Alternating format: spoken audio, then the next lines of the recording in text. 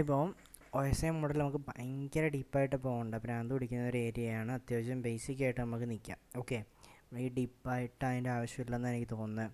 അപ്പോൾ O S I model നമ്മൾ പറയുന്നതിന് മുമ്പ് നമുക്ക് അതിൻ്റെ ജസ്റ്റ് ഒരു ഒരു ഒരു ഒരു ഒരു ഒരു കുഞ്ഞ് എക്സാമ്പിൾ പോലെ പറഞ്ഞിട്ട് പോകും. ഇപ്പം നമ്മളൊരു ലെറ്റർ അയക്കുന്ന പരിപാടി. ഒ എസ് ഐ മോഡൽ വരുന്നത് എന്താണ്? കമ്മ്യൂണിക്കേഷനിലാണ് ഒ എസ് ഐ മോഡൽ വരുന്നത്.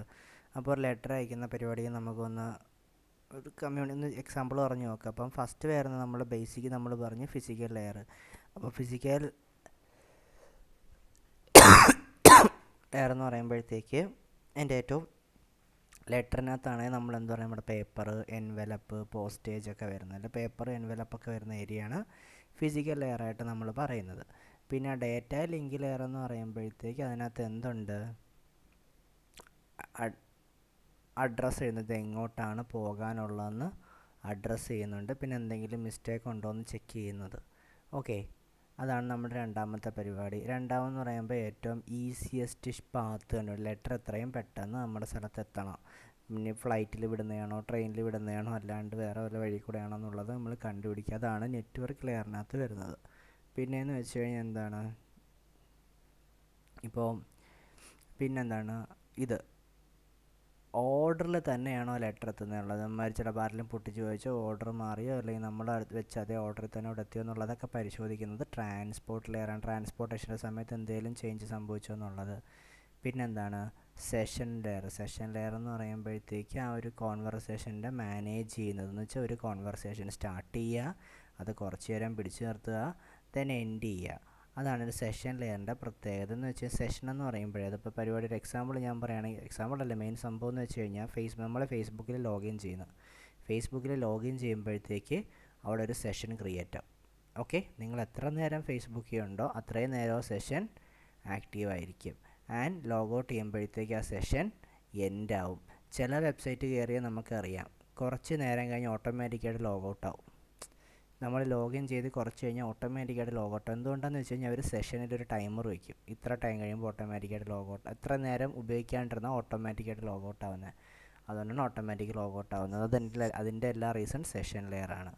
ഒരു കമ്മ്യൂണിക്കേഷൻ സ്റ്റാർട്ട് ചെയ്യുക, അതെന്ന് വെച്ച് ലോഗിൻ ചെയ്യുന്നു, ദെൻ കുറച്ച് നേരം നോക്കുന്നു, പിന്നെ സ്റ്റോപ്പ് ചെയ്യുന്ന സെഷൻ ലെയറാണ്. പിന്നെ അതിനകത്തുള്ള കണ്ടൻറ്റിനെ കോമൺ ലാംഗ്വേജിലേക്ക് മാറ്റുക എന്നുള്ളത് പ്രസൻറ്റേഷൻ ലെയറും. And actual content of the letter ഇവിടെ നമ്മൾ കൺവേർട്ടൊക്കെ ചെയ്യും പ്രൈവസിക്ക് വേണ്ടിയിട്ടേ. പിന്നെ സാധാരണ രീതിയിലേക്ക് മാറ്റിയിട്ട് ദെൻ നമ്മുടെ ലെറ്റർ വായിക്കുന്നു. അപ്പോൾ ഇതേപോലെ നമുക്ക് എന്ത് ചെയ്യാം, മറ്റേതൊന്ന് പറഞ്ഞു നോക്കാം. അപ്പോൾ ഫിസിക്കൽ ലെയർ എന്ന് പറയുമ്പോഴത്തേക്ക് ഞാൻ പറയും എന്താണ്, ഫിസിക്കൽ ലെയറിനകത്താണ് എന്താണ് നമ്മുടെ ഹാർഡ്വെയർ ആസ്പെക്റ്റൊക്കെ വരുന്നത്, അല്ലെങ്കിൽ നമ്മുടെ കേബിൾ കണക്റ്റേഴ്സൊക്കെ വരുന്നത് എവിടെയാണ്? ഫിസിക്കൽ ലെയറിനകത്താണ് വരുന്നത്. അതിൻ്റെ എക്സാമ്പിൾ എന്ന് വെച്ചാൽ ethernet cable, USB cable, fibre optics, wireless ട്രാൻസ്മിഷനൊക്കെ എവിടെയാണ് വരുന്നത്? ഫിസിക്കൽ ലെയർ ഓഫ് ദ നെറ്റ്വർക്കിനകത്ത് അല്ലെങ്കിൽ OSI മോഡലിനകത്താണ് വരുന്നത്. അത് കഴിഞ്ഞ് ഡേറ്റ ലിങ്ക് ലെയർ. നമ്മളിപ്പോൾ എവിടെയാണ്? ഫിസിക്കൽ ലെയറിനകത്ത് നിന്നാണ് നമ്മൾ വന്നത് അല്ലേ? അപ്പോൾ ഫിസിക്കൽ ലെയറിനകത്ത് എന്തുണ്ട്? ഫിസിക്കൽ ഡിവൈസുകളുണ്ട്. ഇൻ്റർനെറ്റിൽ കണക്ട് ചെയ്ത ഓരോ ഡിവൈസിനും എന്ത് കാണും? ഒരു MAC അഡ്രസ്സ് കാണും. ഇൻ്റർനെറ്റിൽ കണക്ട് ചെയ്ത ഓരോ ഡിവൈസിനും എന്ത് കാണും? ഒരു MAC അഡ്രസ്സ് കാണും. ഓക്കെ ആണല്ലോ? ഇൻ്റർനെറ്റിൽ കണക്ട് ചെയ്ത ഓരോ ഡിവൈസിനും MAC അഡ്രസ്സ് എന്ന് പറയുമ്പോഴത്തേക്ക് അതൊരു എത്രയാണ്? 12 ഡിജിറ്റുള്ള ആൽഫ ന്യൂമറിക് ക്യാരക്ടറാണ്. Example 00-B0-D0-63-C2-26. ഇതാണൊരു MAC അഡ്രസ്സിൻ്റെ എക്സാമ്പിൾ. ഓക്കെ, അപ്പോൾ ഒരു ആൽഫ ന്യൂമറിക്കാണ് MAC അഡ്രസ്സ്. അപ്പം ഇൻ്റർനെറ്റിൽ കണക്ട് ചെയ്ത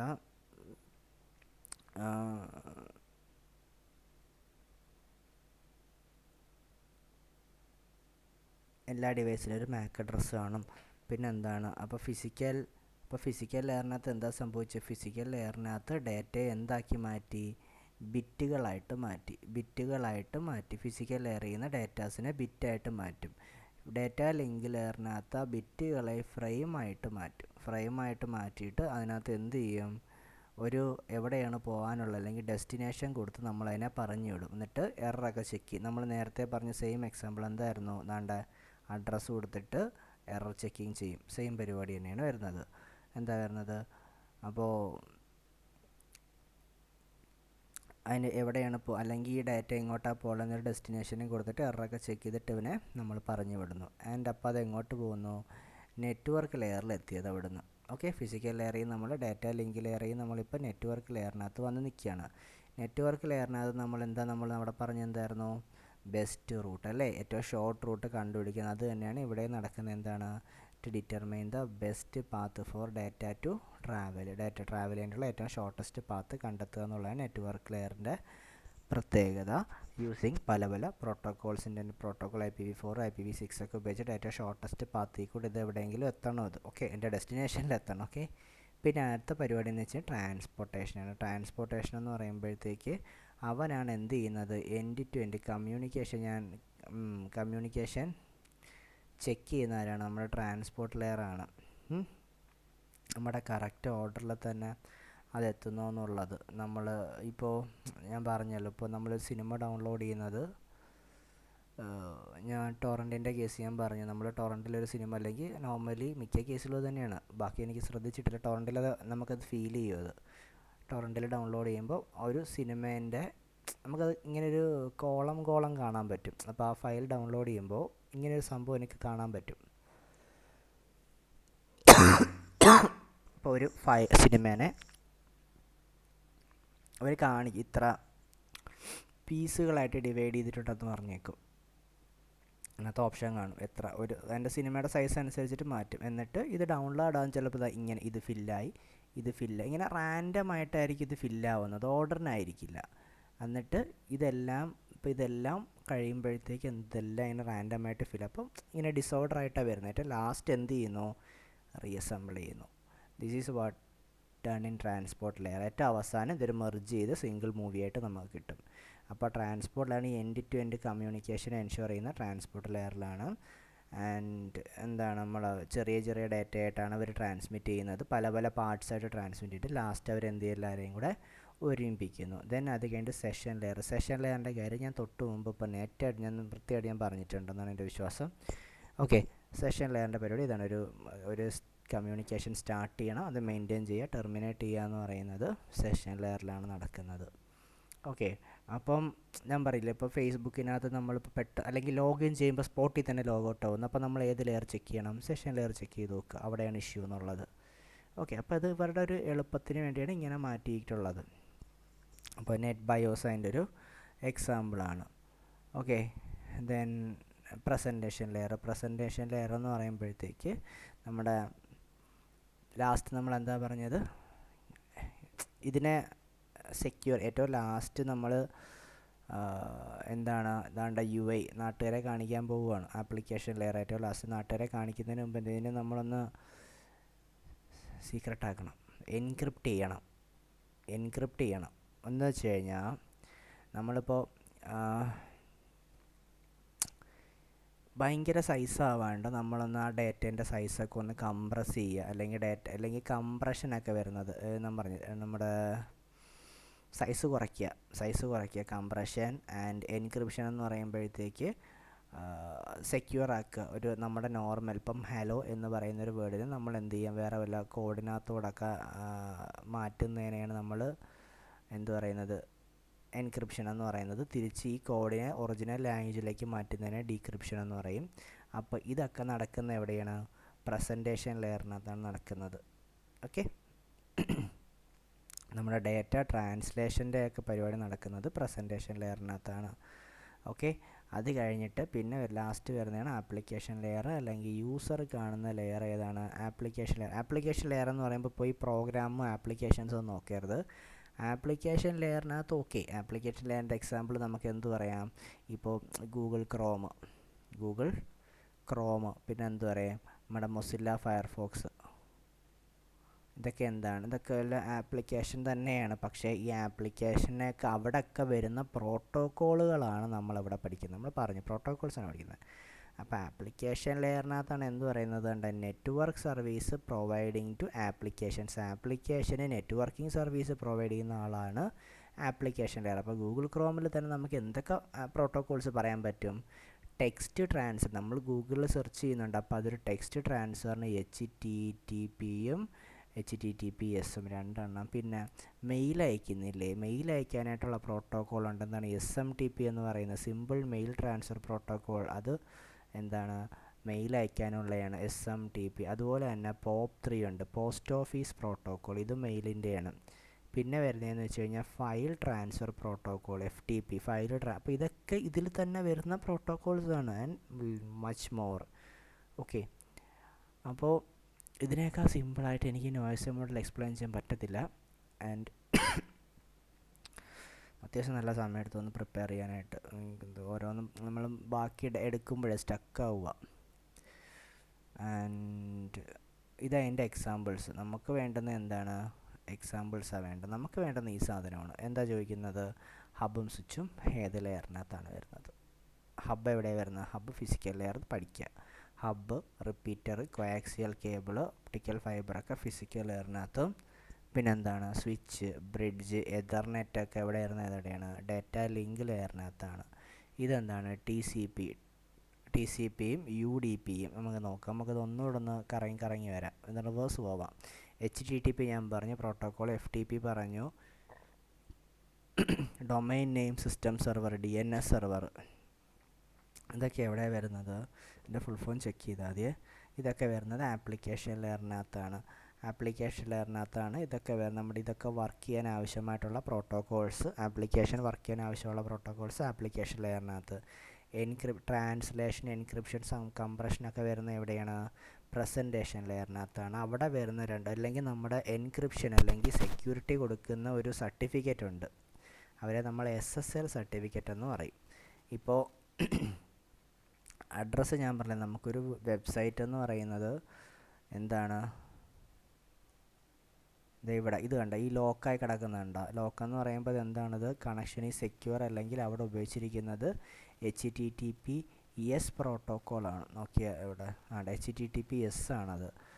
HTTPS ആണ് അവിടെ വരുന്നത്. ഈ ലോക്ക്ഡ് എന്ന് പറയുമ്പോൾ അവിടെ SSL സർട്ടിഫിക്കറ്റ് ഉണ്ട്. അങ്ങനെയാണെങ്കിൽ ആ കണക്ഷൻ സെക്യൂർ ആണ്. എന്താണ്, SSL സർട്ടിഫിക്കറ്റ് ഉണ്ടെങ്കിൽ കണക്ഷൻ സെക്യൂർ ആണ്. Secure socket layer SSL certificate.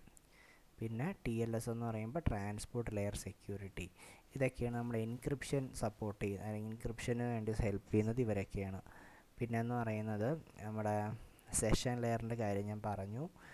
And example എന്താണ്, നെറ്റ് ബയോസ്. വേറെ ഓപ്ഷൻസ് എക്സാമ്പിൾ കാണും, നോക്കിയാൽ അതിൽ മറ്റേ പിക്കിൽ കാണും. ട്രാൻസ്പോർട്ടിനകത്ത് വരുന്നത് ട്രാൻസ്മിഷൻ കൺട്രോൾ പ്രോട്ടോക്കോൾ TCPയും, പിന്നെ എന്താ വരുന്നത്, യൂസർ ഡാറ്റാഗ്രാം പ്രോട്ടോക്കോൾ UDP. എക്സാമിന് ചോദിക്കുന്നതാണ് UDP. ഓക്കെ, ശരി. UDP എവിടെ യൂസ് ചെയ്യുന്നത്, റിയൽ ടൈം ആപ്ലിക്കേഷൻ സ്ട്രീമിങ്ങിനൊക്കെ. ഇപ്പോൾ യൂട്യൂബ്, നെറ്റ്ഫ്ലിക്സ്, നമ്മുടെ ആമസോൺ പ്രൈം, ഇതിലൊക്കെ വരുന്ന ഏതാണ്, UDP ആണ് വരുന്നത്.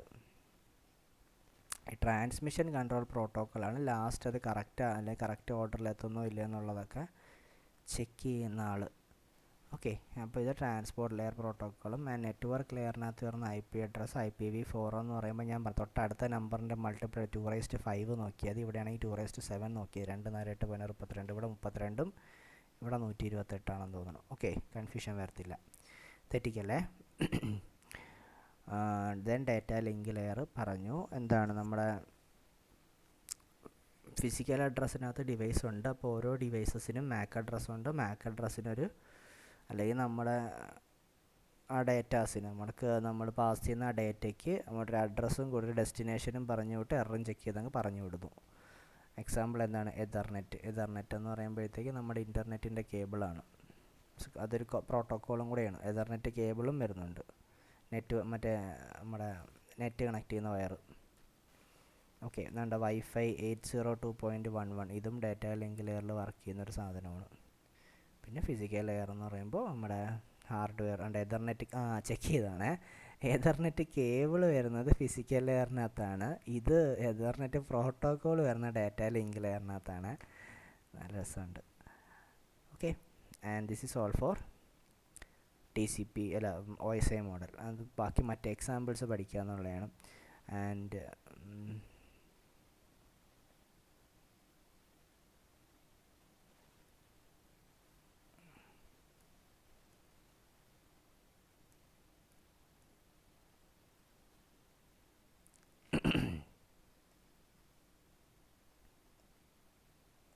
ഇരവും അല്ലാണ്ട് പകലും അല്ല.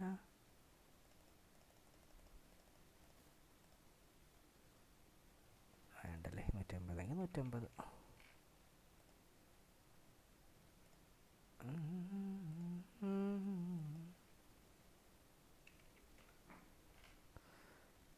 ഓക്കെ, എക്സാമ്പിൾസ് മാക്സിമം പഠിക്കുക. ഏതൊക്കെയാണ് പറഞ്ഞാണ്ട് ഇത് ഹബ്ബ് റിപ്പീറ്റർ പറഞ്ഞല്ലോ. എന്താണ് ഹബ്ബ്, റിപ്പീറ്റർ, ഇഥർനെറ്റ് കേബിളൊക്കെ ഫിസിക്കലിലും, ഇഥർനെറ്റ് പ്രോട്ടോക്കോള്, സ്വിച്ച്, ബ്രിഡ്ജൊക്കെ ഡാറ്റ ലിങ്ക് ലെയറിനകത്തുമാണ്. അടുത്ത എന്താണ് TCP IP നമ്മൾ പറഞ്ഞു, ട്രാൻസ്മിഷൻ കൺട്രോൾ പ്രോട്ടോക്കോൾ. എൻ്റെ പ്രോട്ടോക്കോൾ മുമ്പും പറഞ്ഞിട്ടുണ്ട്. പിന്നെന്താണ്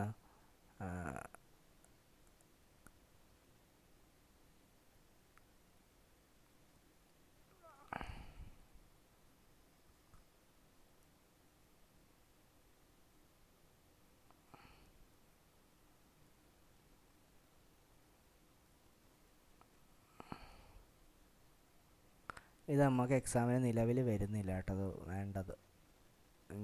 ചുമ്മാ പ്രാന്ത് പിടിക്കണ്ട. നമ്മുടെ OSI മോഡൽ പോലെ തന്നെ വേറൊരു ലെയറാണിത്, TCP IP ലെയർ.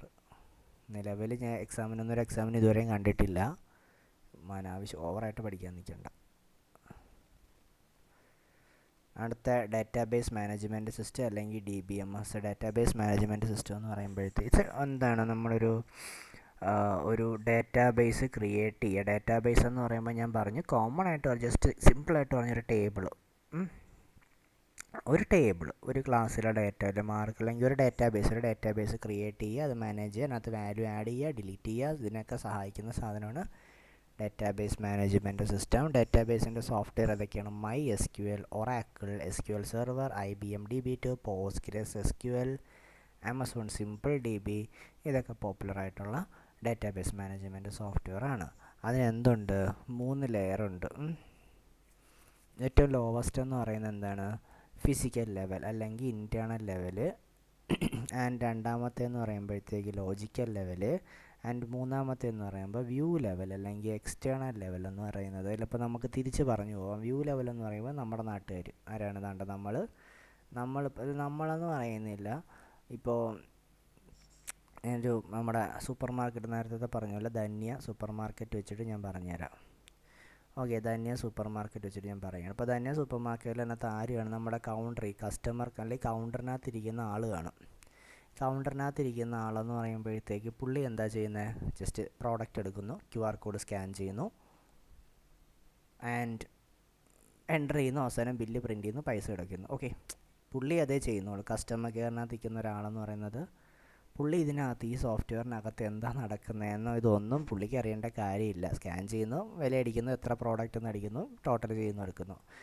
അപ്പോൾ ഇതാണ് എവിടെയാണ് ഫ്രണ്ടിലിരിക്കുന്ന അല്ലെങ്കിൽ ആ ഒരു സ്ഥലത്തിൻ്റെ പേരും മറന്നില്ല. ആ ഫ്രണ്ടിൽ ബില്ലടിക്കാതിരിക്കുന്ന സ്ഥലത്തിരിക്കുന്ന ബില്ലടിക്കുന്ന ആൾ. ഓക്കെ, അയാളാണ് അവിടെ വരുന്നത് നമ്മുടെ വ്യൂ ലെവലിൽ എന്ന്. പുള്ളിക്ക് ഒന്നും അറിയത്തില്ല. ഇതിൻ്റെ ഇടയ്ക്ക് ഒരാളുണ്ട്. എന്തുണ്ട്?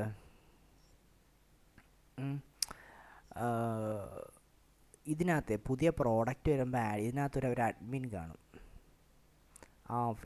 ധന്യയുടെ ഒരു അഡ്മിൻ കാണും. പുള്ളിയായിരിക്കും പുതിയ പ്രോഡക്റ്റ് വരുമ്പോഴത്തേക്ക് ഇതിനകത്തോട്ട് ആഡ് ചെയ്യണം. ഇന്ന പുതിയ പ്രോഡക്റ്റ് വന്നു, ഇത്ര ക്വാണ്ടിറ്റി ഉണ്ട്, ഇതൊക്കെ ആഡ് ചെയ്യുന്നൊരു അഡ്മിൻ കാണും. പുള്ളിക്ക് അതിൻ്റെ കുറച്ച് അത്യാവശ്യം ബേസിക് ആയിട്ടുള്ള കുറച്ച് സാധനങ്ങൾ പുള്ളിക്ക് അറിയാം. ഓക്കെ ആണോ? ഇത് ആഡ് ചെയ്യുന്ന ഒരാൾ കാണും. അത് പുള്ളിക്കറിയാം. പക്ഷേ പുള്ളിക്ക് ഇത് എങ്ങനെ ഉണ്ടാക്കിയെന്നോ ഈ സോഫ്റ്റ്വെയർ എങ്ങനെ വന്നു എന്നോ ഇതൊന്നും പുള്ളിക്കറിയില്ല. സോ പുള്ളി എവിടെയാണ് വരുന്നത്? ആ അഡ്മിൻ എന്ന് പറയുന്നത് നമ്മുടെ ലോജിക്കൽ ലെവലിൽ വരും. ആൻഡ് പിന്നുള്ളതെന്ന് പറയുന്നത് ഫിസിക്കൽ ലെവൽ അല്ലെങ്കിൽ ഇൻറ്റേർണൽ ലെവൽ. അവിടെയാണ് നമ്മുടെ ആര് വരുന്നത്? പ്രോഗ്രാമർ വരുന്നത്. അല്ലെങ്കിൽ ആ ഡാറ്റാബേസ് ഉണ്ടാക്കിയയാൾ, അവനാണ് ഇത് മൊത്തം ചെയ്തത്. അവൻ എവിടെ വരുന്നത്? ഫിസിക്കൽ ലെവലിൽ. അപ്പോൾ എന്താ സംഭവം? അപ്പോൾ ഫിസിക്കൽ ലെവലിനകത്ത് വരുന്നത് എന്താണ്? ഏറ്റവും ലോവസ്റ്റ് ലെവലാണ് വരുന്നത്. അതിലെന്താണ്? ഒരു ഡേറ്റ എങ്ങനെയാണ് അവിടെ സ്റ്റോർ ആവുന്നത്, അവിടെ നിന്ന് എങ്ങനെയാണ് പോകുന്നത്, ഇവിടുത്തെ ഫംഗ്ഷൻ എന്താ, ഇവിടുത്തെ ഡേറ്റ സബ്മിറ്റ് അടിക്കുമ്പോൾ ഇത് എങ്ങോട്ട് പോകുന്നു, അവിടെ നിന്ന് പ്രിൻ്റ് അടിച്ചാൽ എങ്ങോട്ട് ഏതൊക്കെ ഡേറ്റ എടുക്കുന്നു എന്നൊക്കെ ഉള്ളത് എന്താണ്? ഫിസിക്കൽ ലെവലിൽ വരും. ദെൻ അത് കഴിഞ്ഞിട്ട് പിന്നെ വരുന്നത് ലോജിക്കൽ ലെവൽ അല്ലെങ്കിൽ കൺസെപ്ച്വൽ ലെവൽ. ഇതെന്ന് പറയുമ്പോൾ നെക്സ്റ്റ് ലെവലാണ്. അപ്പോൾ അവിടെ എന്ന് പറയുമ്പോഴത്തേക്ക് വേണ്ട ഡീപ്പായിട്ട് വേണ്ട. ഡേറ്റാബേസ് അഡ്മിനൊക്കെ എവിടെയാണ്? ഇവിടെയാണ് വർക്ക് ചെയ്യുന്നത്. അവർക്ക് ഇവരെന്ത് ചെയ്താലും താഴത്തെ ലെയറിലൊന്നും പറ്റത്തില്ല. അതങ്ങനെയാണ് സെറ്റ് ചെയ്ത് വെക്കുന്നത്. ഇവർക്കതിനകത്ത് ആഡ് ചെയ്യുക, റിമൂവ് ചെയ്യാം. ഓക്കെ, കോഡിംഗ് ഒന്നും അവർക്ക് മാറ്റാൻ പറ്റില്ല. ദെൻ ലാസ്റ്റത്തെ ലെവൽ ആരാണ്? പുള്ളിക്ക് അവർക്കൊന്നും അറിയത്തില്ല. ഹയസ്റ്റ് ലെവലെന്ന് പറയുന്നത് യൂസറാണ് കാണുന്നത്, ഒന്നുമില്ല. ദെൻ ഇവിടുത്തെ കുറച്ച് കീസ് ഉണ്ട്. DBMSനകത്ത് ഡേറ്റാബേസിനകത്ത് നമ്മൾ യൂസ് ചെയ്യുന്ന കുറച്ച് കീസ് എന്ന് പറയുന്നത്, അല്ലെങ്കിൽ ഒരു കീ എന്ന് പറയുന്നത് ഞാൻ പറഞ്ഞ ഒരു ടേബിൾ പറയാറ്. ക്ലാസ്, സ്റ്റുഡൻറ്റ്, ഓക്കെ, ക്ലാസ്,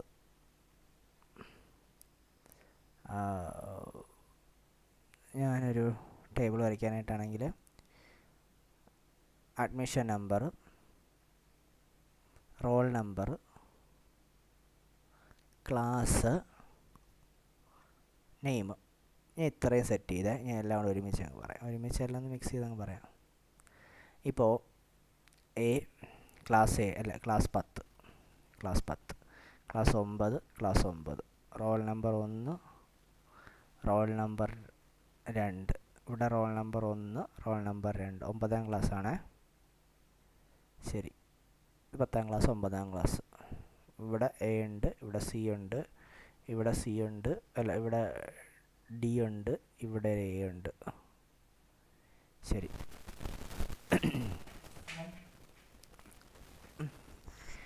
അപ്പോൾ ഇതിനകത്ത് ഇതാണ് നമ്മുടെ ഒരു റോ എന്ന് പറയുന്നത്. ഇതാണ് ഓക്കെ. അഡ്മിഷൻ നമ്പർ, ഓരോരുത്തരുടെ അഡ്മിഷൻ നമ്പർ 40, 42, 50, 21, 40, 84, 20, 08, 2000 പോട്ടെ. അപ്പോൾ കീസ് എന്ന് പറയുന്നത്, കീസ് എന്താണെന്ന് വെച്ച് കഴിഞ്ഞാൽ ഒരു റോയെ ഐഡൻറ്റിഫൈ ഉപയോഗിക്കുന്ന സാധനത്തിനെ നമ്മൾ കീ എന്ന് പറയും. ഓക്കെ, ഒരു റോയിനെ ഐഡൻറ്റിഫൈ ചെയ്യാൻ ഉപയോഗിക്കുക. റോ എന്ന് പറയുമ്പോൾ ഇപ്പോൾ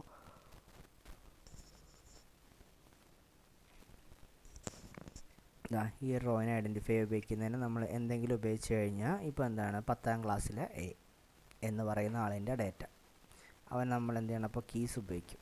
ഓക്കെ, അവിടെ നമ്മൾ ബേസിക്കായിട്ട് നമുക്ക് എവിടെ നിന്ന് സ്റ്റാർട്ട് ചെയ്യാം? പ്രൈമറി കീയിൽ നിന്ന് സ്റ്റാർട്ട് ചെയ്യാം. പ്രൈമറി കീ എന്ന് പറയുമ്പോൾ ഒരു ടേബിളിനകത്തുള്ള, ഒരു ഡേറ്റാബേസിൻ്റെ ടേബിളിനകത്തുള്ള ഏറ്റവും മെയിൻ ആളാണ് പ്രൈമറി കീ. എന്ന് വെച്ച് കഴിഞ്ഞാൽ പ്രൈമറി കീ എടുത്തു കഴിഞ്ഞാൽ നമുക്ക് പിന്നെ വേറെ ഒന്നും സെർച്ച് ചെയ്യേണ്ട ആവശ്യമില്ല.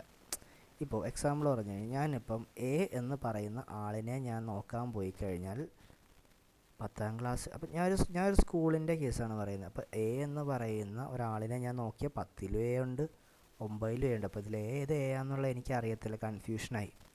എന്നാൽ പിന്നെ എനിക്ക് റോൾ നമ്പർ വെച്ച് സെർച്ച് ചെയ്യാൻ പോയി കഴിഞ്ഞാൽ റോൾ നമ്പർ 1, അപ്പം എൻ്റെ കൊച്ചിൻ്റെ അമ്മ എന്ന് പറഞ്ഞാൽ അവൻ്റെ മോൻ്റെ റോൾ നമ്പർ 2 അങ്ങനെ പറഞ്ഞു കഴിഞ്ഞാൽ 10ാം ക്ലാസ്സിൽ 2 ഉണ്ട്, 9ാം ക്ലാസ്സിൽ 2 ഉണ്ട്, എന്നാലും ആരാ? ഓക്കെ, അപ്പോൾ നമുക്ക് എന്ത് ചെയ്യാം? അപ്പോൾ ഒന്നെങ്കിൽ നമുക്ക് എൻ്റെ കോമ്പിനേഷൻ യൂസ് ചെയ്യാം. അവൻ്റെ പേര് എ ആണ്, റോൾ നമ്പർ 1, അപ്പോൾ അങ്ങനെയുള്ള ഒരാളേ ഉള്ളൂ 10ാം ക്ലാസ്സിൽ. അപ്പോൾ നമുക്ക് ആളിനെ കിട്ടിയാൽ അപ്പോൾ ഒന്നിലധികം കീസ് യൂസ് ചെയ്യേണ്ടി വന്നു. പക്ഷെ അല്ലാണ്ട് ഒന്ന് ആലോചിച്ച് നോക്കിയേ, എൻ്റെ മോൻ്റെ അഡ്മിഷൻ നമ്പർ 40, 42 പറഞ്ഞാൽ അതൊരാൾക്കല്ലേ കാണും അഡ്മിഷൻ നമ്പർ. അപ്പോൾ ഈ ഒരു കീ എനിക്ക് എടുത്താൽ മതി. സോ ഇവിടുത്തെ പ്രൈമറി കീ ഏതാണ്? അഡ്മിഷൻ നമ്പറാണ് ഇവിടുത്തെ പ്രൈമറി കീ.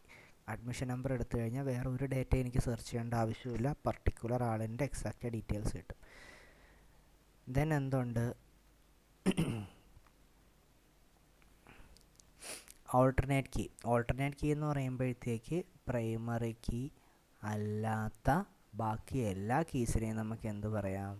ഓൾട്ടർനേറ്റ് കീ എന്ന് പറഞ്ഞാൽ അവിടുത്തെ റോൾ നമ്പർ ഓൾട്ടർനേറ്റ് കീ ആണ്, നെയിം ഓൾട്ടർനേറ്റ് കീ ആണ്, ക്ലാസ് ഓൾട്ടർനേറ്റ് കീ ആണ്. Okay, foreign key. Foreign key എന്ന് പറയുമ്പോഴത്തേക്ക്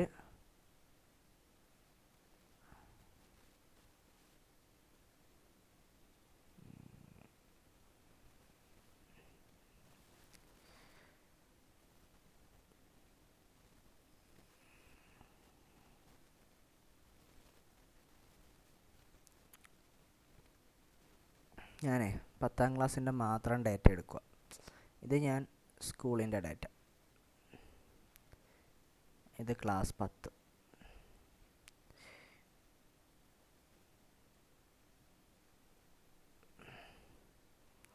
role number, class, name 1 2 3 10 10 10 ACB. അപ്പോഴേ ഒരു 10ാം ക്ലാസ്സിൻ്റെ ഡേറ്റ എടുത്തു കഴിഞ്ഞാൽ 10ാം ക്ലാസ്സിലെ ഡേറ്റയിൽ എനിക്കിപ്പോൾ റോൾ നമ്പർ 1 എന്ന് പറയുന്ന ഒരാളെ കാണത്തുള്ളൂ. അപ്പോൾ 10ാം ക്ലാസ്സിൻ്റെ മാത്രം ഒരു ക്ലാസ്സിൻ്റെ ഡേറ്റ എടുത്തു കഴിഞ്ഞാൽ എനിക്ക് റോൾ നമ്പറിനെ എനിക്ക് പ്രൈമറിക്ക് ആക്കിക്കൂടെ? കാരണം റോൾ നമ്പർ വെച്ച് കഴിഞ്ഞാൽ ക്ലാസ്സിലെ ഡേറ്റ നമുക്ക് എടുക്കാൻ പറ്റും. സ്കൂളിൻ്റെ കേസ് വരുമ്പോൾ റോൾ നമ്പറിൽ പറ്റില്ല. ബട്ട് ക്ലാസ്സിൻ്റെ കേസിൽ റോൾ നമ്പർ ഒരു പ്രൈമറി കീയാണ്. നമ്മുടെ ക്ലാസ്സിലെ റോൾ നമ്പർ 10 എണീക്കെന്നല്ലേ പറയുന്നത്. So that's a primary key. And when it എന്താണ് ഒരു ഫോറിൻ കീ എന്ന് പറയുമ്പോഴത്തേക്ക്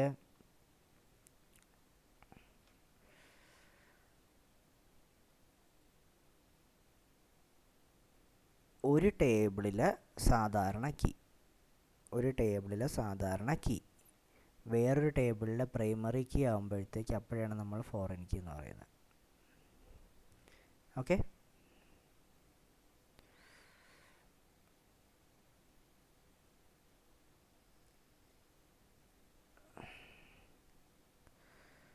ഓക്കെ ആണോ? ഒരു ഫോറിൻ കീ എന്ന് പറയുന്നത് എന്താണ്? ഒരു കോളം അല്ലെങ്കിൽ ഒരു ടേബിളിലെ ഒരു കോളം, അത് മറ്റൊരു ടേബിളിലെ പ്രൈമറി കീ ആവുന്നു. മറ്റൊരു ടേബിളിനകത്തുള്ള പ്രൈമറി കീ ആകുമ്പോഴാണ് നമ്മളതിനെ എന്ത് പറയുന്നത്? ഫോറിൻ കീ എന്ന് പറയുന്നത്. ഓക്കെ ആണല്ലോ? ഇത്രയേ ഉള്ളൂ, ഒരുപാടൊന്നും ആലോചിക്കേണ്ട ആവശ്യമില്ല. ഇത് കഴിഞ്ഞ് ഓൾട്ടർനേറ്റ് കീ കഴിഞ്ഞു, പ്രൈമറി കീ കഴിഞ്ഞു. അടുത്ത എന്താണ്? Candidate key. Okay, candidate key എന്താണ്? പിന്നെ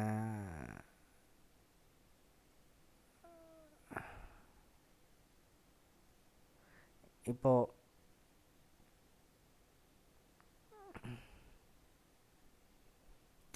ഞാൻ പറഞ്ഞില്ലേ, ഒരു ഏതെങ്കിലും രണ്ടെണ്ണത്തിൻ്റെ കോമ്പിനേഷൻ യൂസ് ചെയ്ത് നമുക്ക് സെർച്ച് ചെയ്യാൻ പറ്റും. ഒരു റോയിനെ നമുക്ക് ഐഡൻറ്റിഫൈ ചെയ്യാൻ പറ്റും. അതിനെയാണ് നമ്മൾ എന്ത് പറയുന്നത്? കാൻഡിഡേറ്റ് കീ എന്ന് പറയുന്നത്. ഇപ്പോൾ എക്സാമ്പിൾ ഒരു ക്ലാസ്സിലെ ഒരു കുട്ടിയുടെ റോൾ നമ്പറും ഇമെയിൽ ഐ ഡിയും വെച്ച് നമുക്ക് എന്ത് ചെയ്യാം? ആ കുട്ടി ഐഡൻറ്റിഫൈ ചെയ്തുകൂടെ? റോൾ നമ്പറും ഇമെയിൽ ഐ ഡിയും റിപ്പറ്റീഷൻ വരില്ല. ഓക്കെ, അപ്പോൾ അത് റിപ്പീറ്റ് ചെയ്യരുത്, വാല്യൂസ് റിപ്പീറ്റ് ചെയ്യരുത്. അപ്പം ബെസ്റ്റ് എക്സാമ്പിൾ നമുക്ക് ഒന്നെങ്കിൽ റോൾ നമ്പറും അഡ്മിഷൻ നമ്പറും യൂസ് ചെയ്യാം. ഒരു ക്ലാസ്സിലാണെങ്കിൽ നമുക്ക് എന്ത് ചെയ്യാം? റോൾ നമ്പറും ഇമെയിൽ ഐ ഡിയും യൂസ് ചെയ്യാം. ഓക്കെ, അപ്പോൾ എന്താണ്? അതിനകത്ത് വാല്യൂ റിപ്പീറ്റ് ചെയ്യരുത്. ബട്ട് ആ രണ്ടെണ്ണത്തിലെ ഇപ്പം റോൾ നമ്പറും പേരും നമുക്ക് എടുക്കാൻ പറ്റില്ല. ചിലപ്പോൾ ഒരു ക്ലാസ്സിൽ ഒരേ പേര് 2 പേര് കാണും. അപ്പോൾ പേരും റോൾ നമ്പറും വെക്കാൻ പറ്റില്ല. ബട്ട് റോൾ നമ്പറും ഒരു ഇമെയിൽ ഐ ഡി നമുക്ക് വേണമെങ്കിൽ വെക്കാം. മീൻസ് കാൻഡിഡേറ്റ് കീ ആക്കാൻ പറ്റും. ഓക്കെ, പിന്നെന്തുണ്ട്? Super key. എന്താ വരുന്നത്? സൂപ്പർ കീ എന്താണെന്ന് വെച്ച് കഴിഞ്ഞാൽ, തൊണ്ടയൊക്കെ അടിച്ചു പോയി. നേരത്തെ പോലെ തന്നെയാണ്, നമ്മുടെ പ്രൈമറി കീ പോലെ തന്നെയാണ്.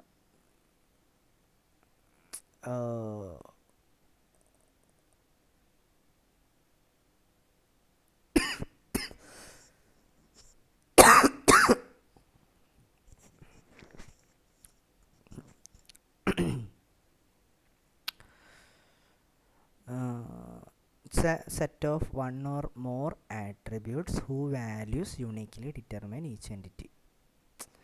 ഈ കാൻഡിഡേറ്റ് കീയും സൂപ്പർ കീ ഒക്കെ ഏകദേശം ഒരുപോലെ തന്നെയാണ്. കാൻഡിഡേറ്റ് കീ എന്ന് പറയുന്നത് ഒരു സൂപ്പർ കീ തന്നെയാണ്. രണ്ടെണ്ണത്തിൻ്റെ കോമ്പിനേഷൻ തന്നെയാണ് ഒരു സൂപ്പർ കീ എന്ന് പറയുന്നത്.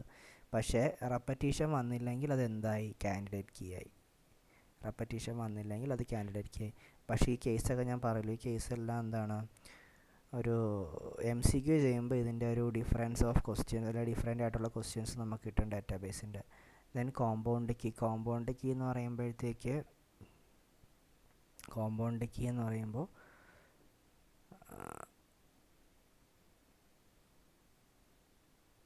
ഇത് തന്നെയാണ്. A column when combined with other column becomes unique. വീണ്ടും സെയിം സെറ്റപ്പ് തന്നെയാണ് വരുന്നത്. ഓക്കെ, കോമ്പോസിറ്റ് കീ എന്ന് പറയുമ്പോഴത്തേക്ക്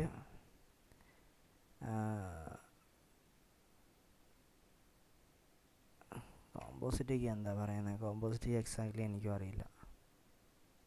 കോമ്പോസിറ്റ് കീ